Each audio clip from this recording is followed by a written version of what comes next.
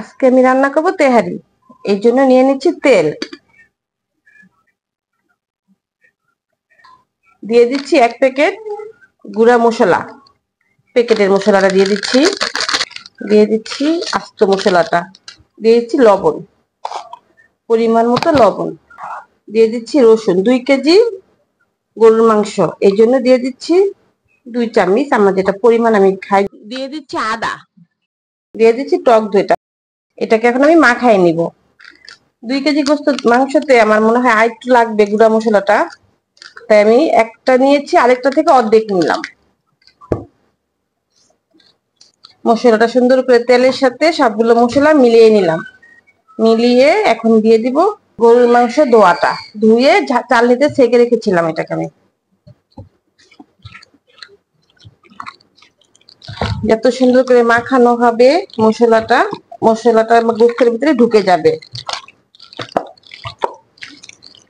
আমি যেভাবে রান্না করি এটাই করতেছি, এইভাবে করে হয়ে গেল আমার মাংসটা মাখানো। এটাকে আমি সুন্দর করে এখন গুছিয়ে 2 ঘন্টার জন্য রেস্টে রেখে দিব।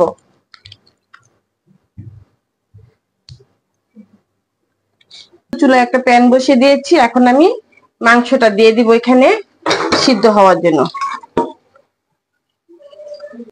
একটু বাটিটা ধুয়ে একটু পানি দিয়ে দিচ্ছি। এখন এটাকে আমি ঢেকে দিব। দিয়ে দিচ্ছি পেঁয়াজ, এটা দিয়ে এখন আমি মিলিয়ে দিব।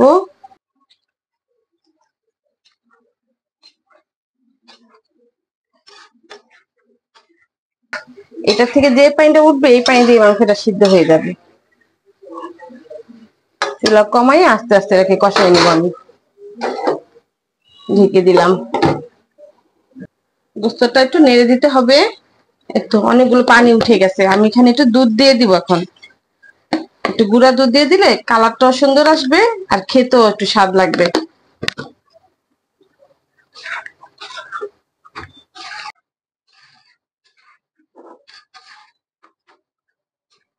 মাংসটা অনেকটাই কষানো হয়ে গেছে, এখন নেড়ে দিচ্ছি, এটাতেই সিদ্ধ হয়ে যাবে।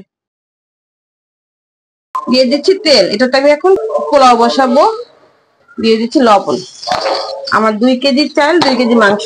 দিয়ে দিচ্ছি আদা আর রসুন, বেশি মশলা দিব না কারণ তেহারিতে তো মশলা আছে। তাই পোলাওয়ের জন্য হালকা তেল, হালকা আদা, হালকা রসুন দিয়ে দিলাম। দিয়ে দিচ্ছি দারচিনি, এলাচি, তেজপাতাটা, কাবাব মশলা। এটা দিয়ে এখন নাড়াচাড়া করে নেব। আদা রসুনের গন্ধটা চলে গেছে, দিয়ে দিচ্ছি চালটা। এটাকে তেলের সাথে ভালো করে মিলিয়ে নিব। চালটাকে ভেজে নিব। চাল থেকে ভেজে নিচ্ছি। ভাজতে ভাজতে শব্দ হবে সুন্দর ঝনঝন করে, তখন বুঝতে হবে চালটা ভাজা হয়ে গেছে। এটাতে এখন দিয়ে দেবো পানি, দিয়ে দিচ্ছি পানিটা।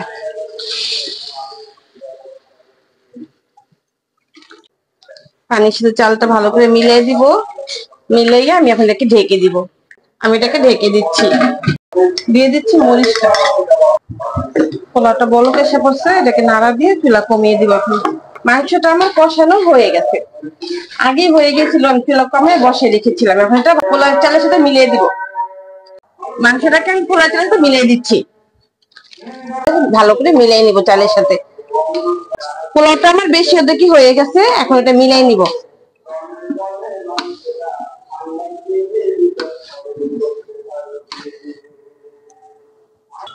অল্প একটু চিনি দিয়ে দিচ্ছি যাতে পোলাওটা ঝরঝরা হবে আর এটা স্বাদটাও বাড়াবে। আমি চুলায় একটা তাওয়া দিয়ে দিচ্ছি, এখন চুলায় এটা বসিয়ে দিলাম। একটু ঘি দিয়ে দিচ্ছি, সুন্দর ঘ্রাণ আসবে। এখন এটাকে আমি ঢেকে দিব। একদম নামানোর আগে একবার নাড়া দিয়ে নামাই ফেলবো।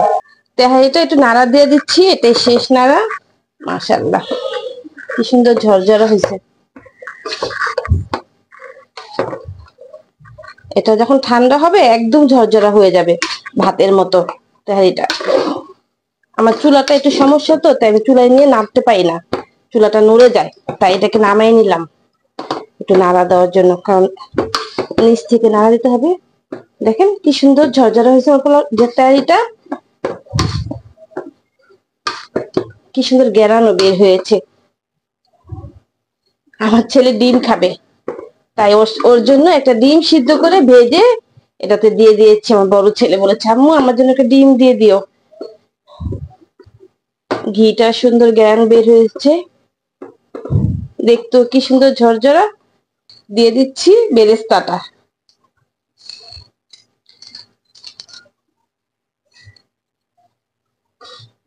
এটাকে এখন চুলায় বসিয়ে রাখবো, খাওয়ার আগে নামিয়ে ফেলবো। সুন্দর ঝরঝরা হয়ে গেছে, না বসালে হবে, তা বসিয়ে দিচ্ছি। তেহারিটা আমার হয়ে গেল। আপনারা এভাবে করে খাবেন, আর আমার তেহারিটা কেমন হলো কমেন্ট করে জানাবেন। আল্লাহ হাফেজ।